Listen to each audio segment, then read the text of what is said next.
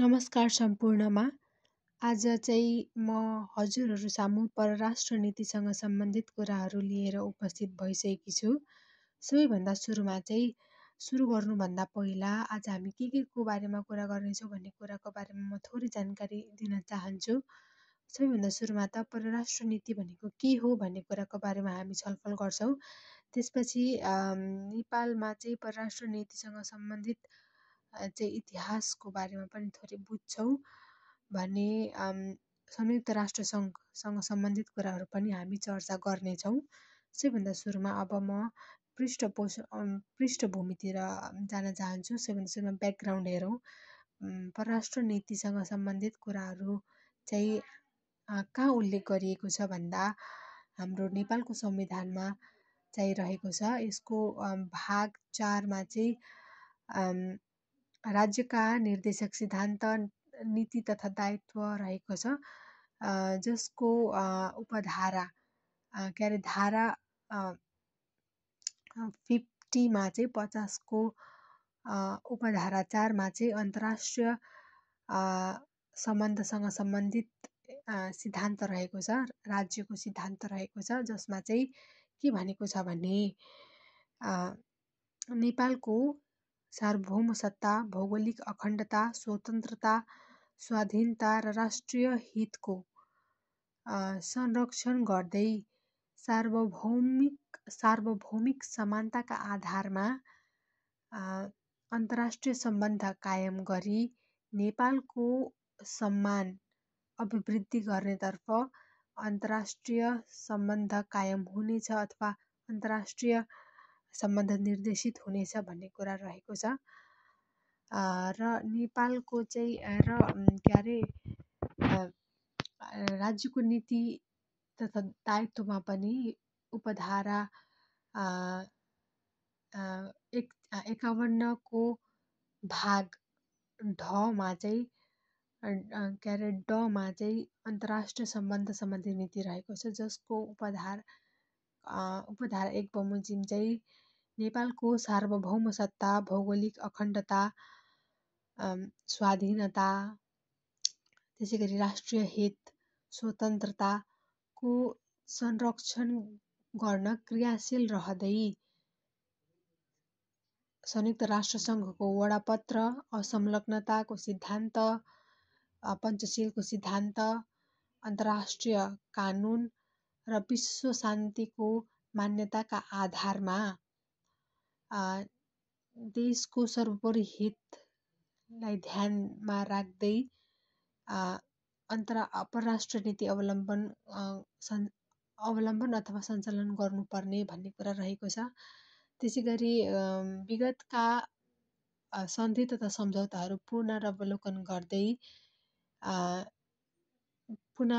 गरी समानता र पारस्परिक हितका आधारमा आगामी सन्धि तथा सम्झौता गर्नुपर्ने पनि रहेको छ नीतिमा, राज्यको नीतिमा। त्यसैगरी हाम्रो परराष्ट्र नीतिको चाहिँ आधार के रहेको छ भन्दाखेरि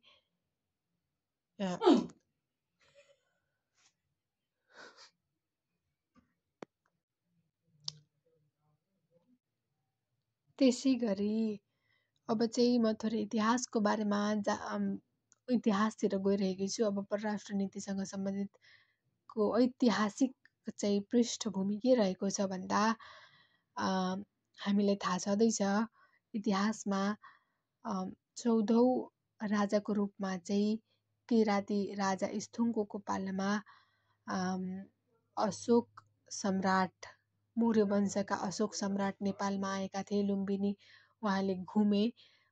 20औं वार्षिक राज्य आरोहणको 20औं वर्ष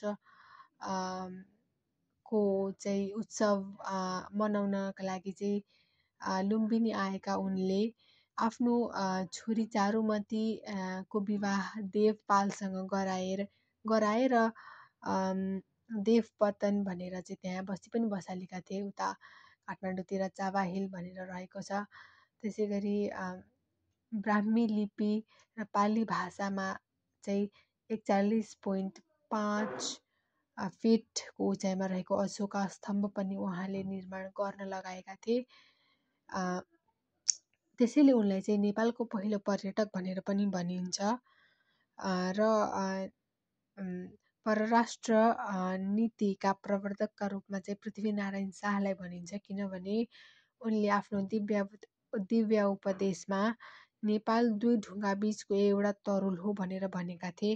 त्यसै गरी उत्तरी र दक्षिणी बादशाहसँग बराबर सम्बन्ध राख्नु, तर दक्षिणी बादशाह चाहिँ महाचतुर छ र विदेशीलाई तराई भन्दा उँभो आउन नदिनु, उनीहरू उँभो आए भने चाहिँ देशलाई लुट्नेछन्, कङ्गाल बनाउनेछन् भनेर चाहिँ भनेका हुनाले चाहिँ उनले चाहिँ परराष्ट्र नीतिको सुरुवातको रूपमा एउटा दिव्य उपदेश दिएका थिए। त्यसै गरी आधुनिक परराष्ट्र नीतिको प्रवर्तकको रूपमा चाहिँ राजा महेन्द्रलाई चिनिन्छ, किनभने उनले चाहिँ 1961 अक्टोबर 5 चीनका राष्ट्रपति लिउ शाओची सँग चाहिँ उनले एउटा सीमा प्रोटोकल सम्झौतामा हस्ताक्षर गरेका थिए। सीमा प्रोटोकल सम्झौतामा हस्ताक्षर र नेपालले चाहिँ असंलग्नताको नीति पनि उनकै पालामा चाहिँ अवलम्बन गरेका थिए। र अब चाहिँ कुरा गरौँ दौत्य सम्बन्धको बारेमा।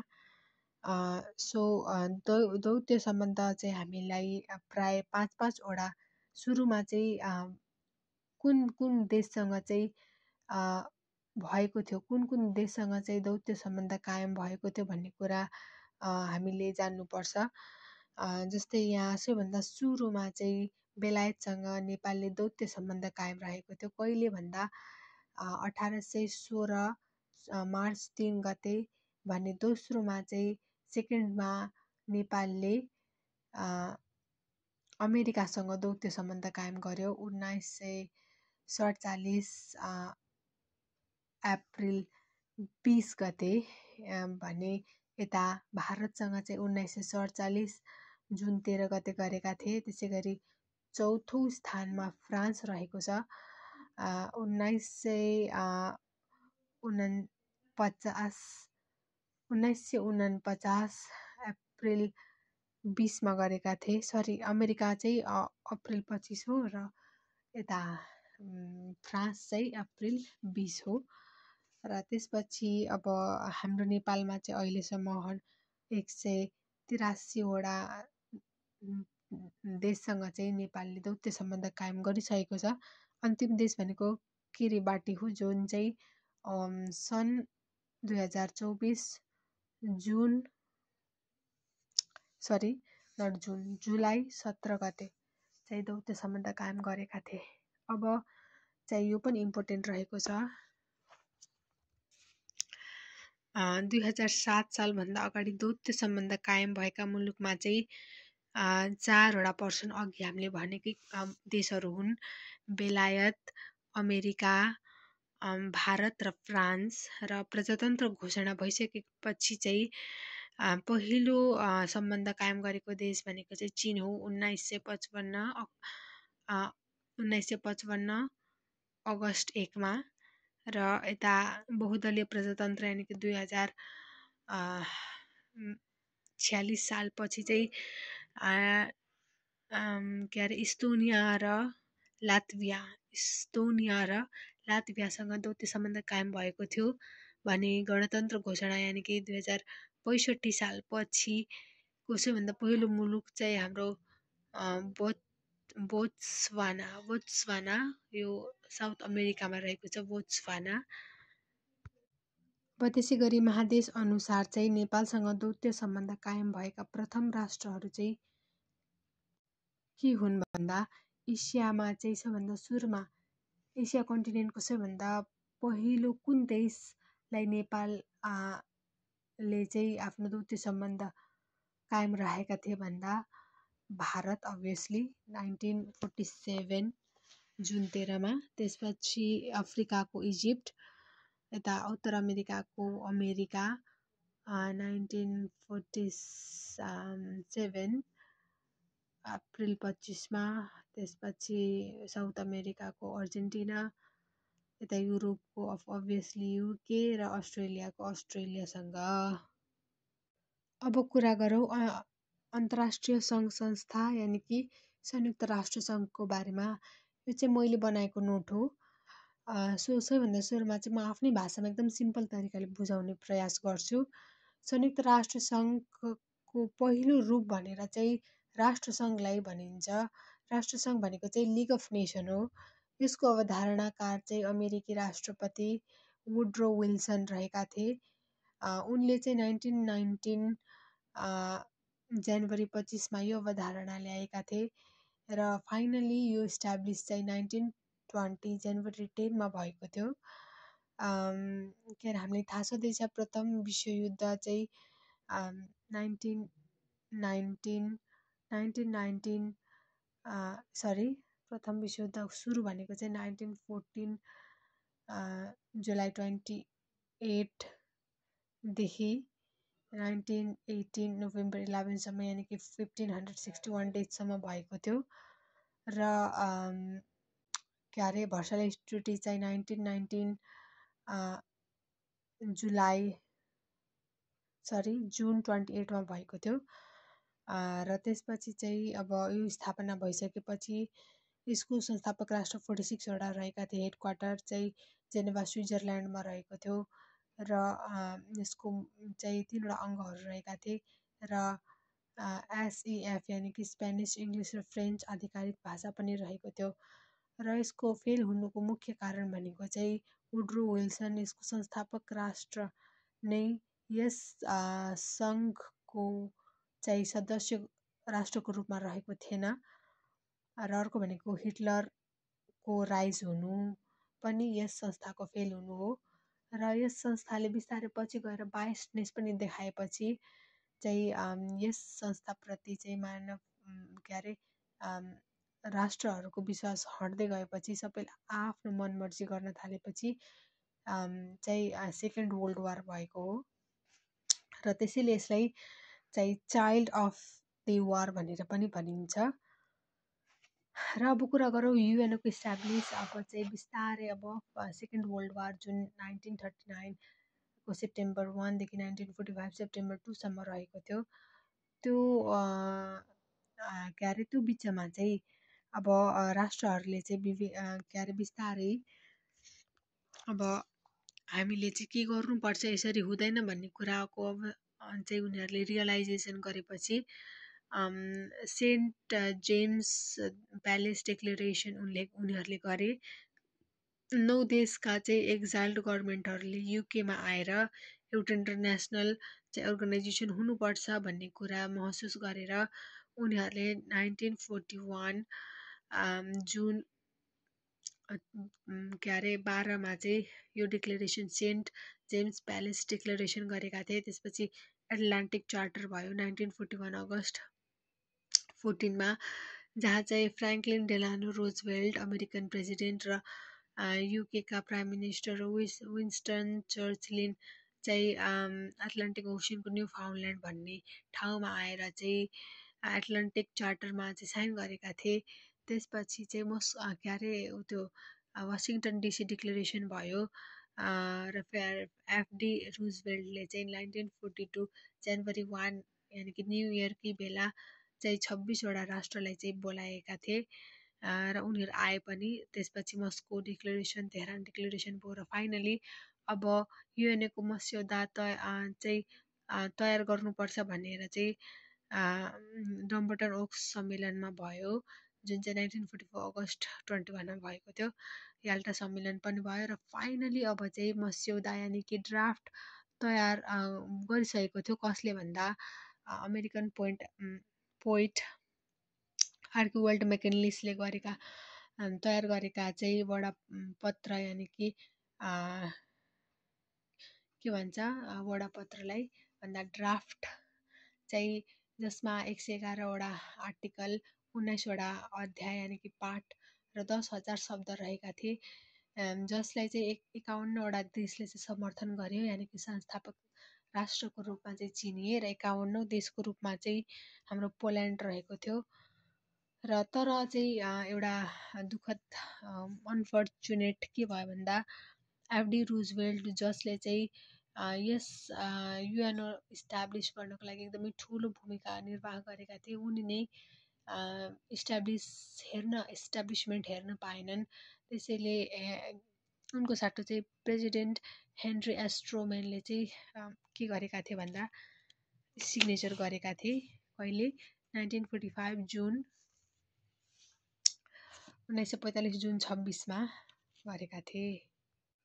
अब र फाइनली 1945 अक्टोबर 24मा चाहिँ हाम्रो युएनओ चाहिँ इस्टाब्लिस भयो र त्यसपछि कुल सदस्य चाहिँ 193 वटा रहन गयो र लास्ट सदस्य राष्ट्रको रूपमा चाहिँ साउथ सुडान भयो, जुन चाहिँ 2011 जुलाई 14मा इस्टाब्लिस भयो र त्यसपछि सदस्यबाट निकालिएको राष्ट्र चाहिँ इन्डोनेसिया रहेको थियो, किनभने सेक्युरिटी काउन्सिल मा चाहिँ मेम्बरको रूपमा इन्डोनेसिया रहन पाएको थिएन। त्यसै गरी सदस्यबाट बाहिर निकालिएको देश चाहिँ ताइवान हो, चीनले निकालेको थियो।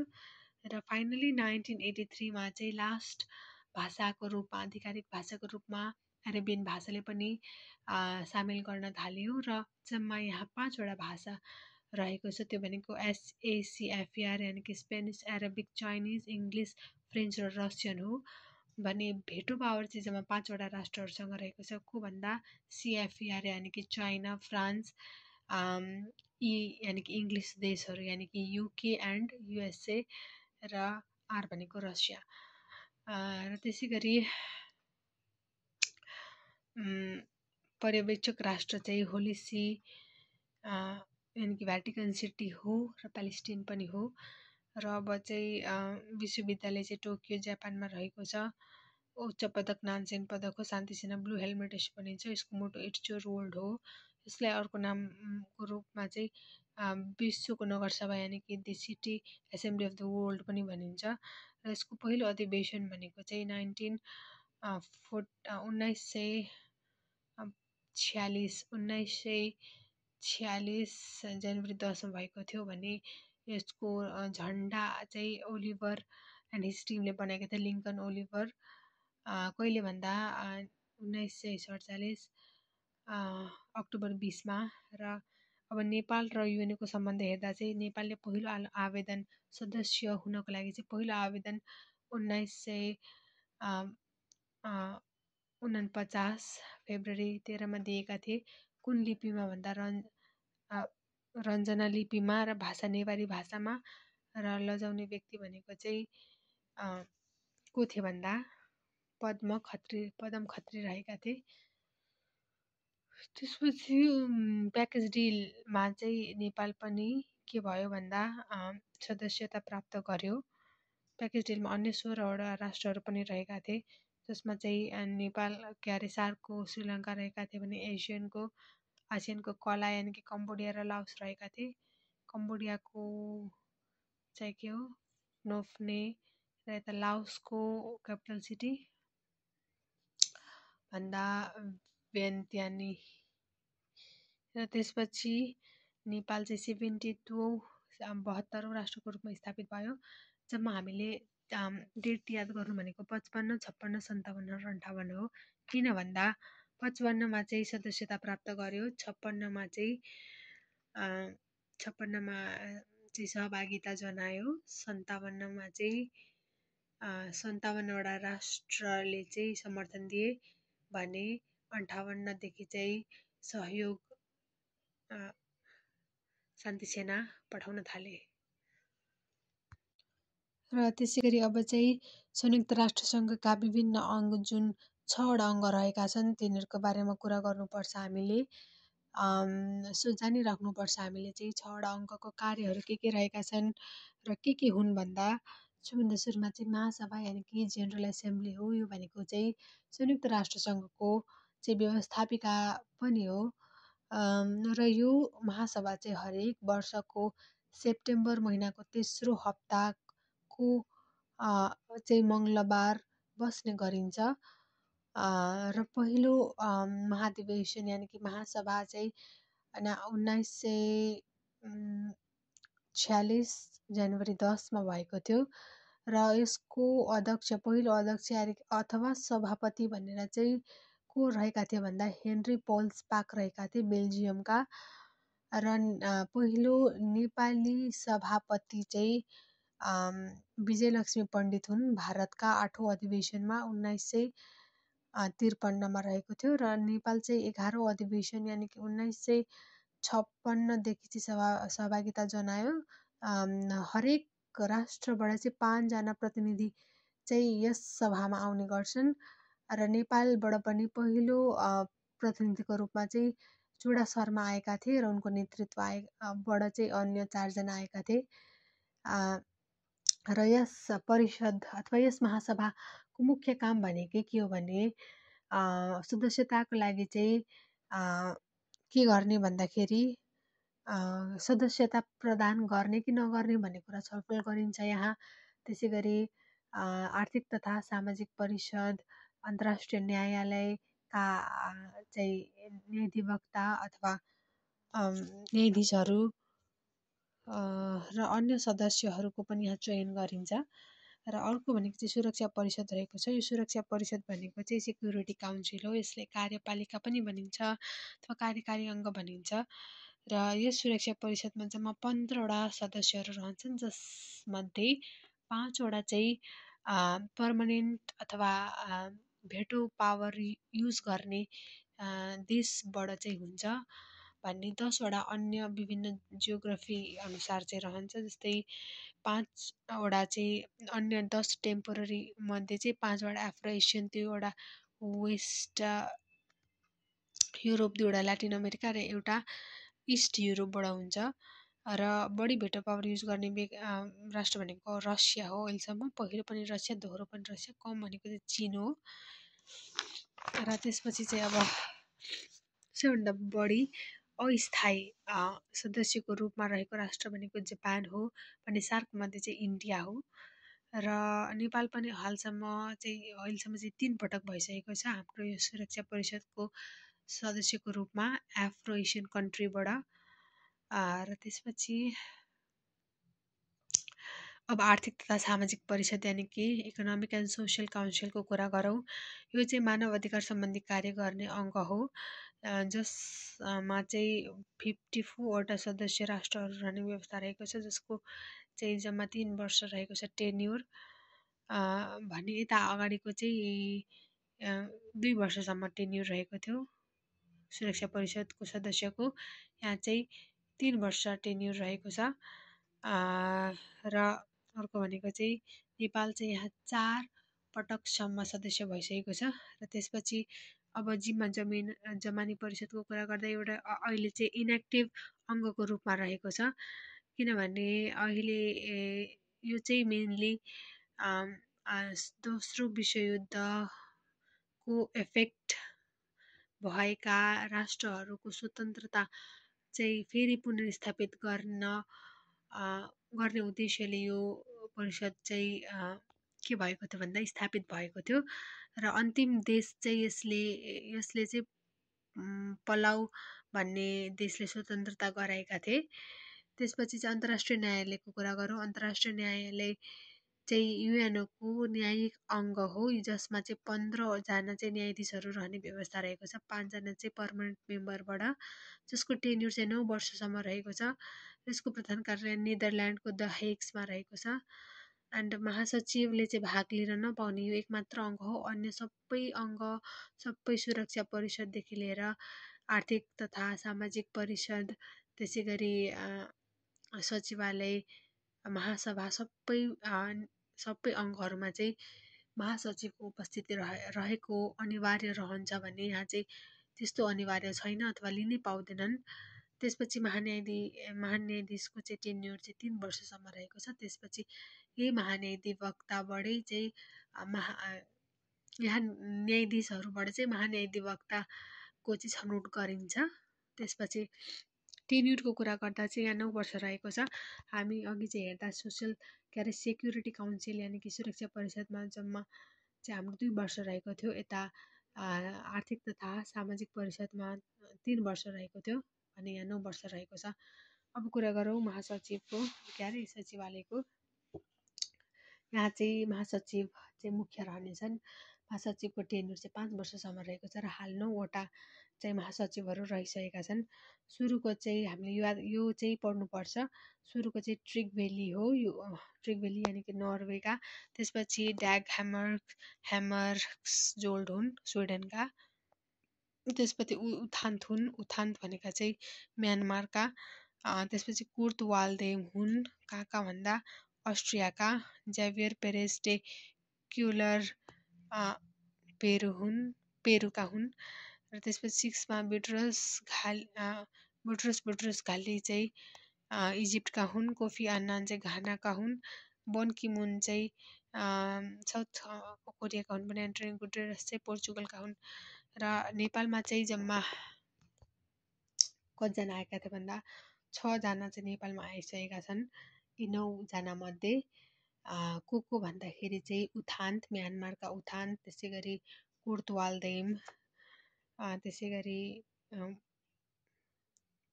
जेभियर पेरेज, त्यसै गरी कोफी अन्नान, बन की मुन र एन्टोनियो गुटेरस आइसकेका छन् नेपालमा।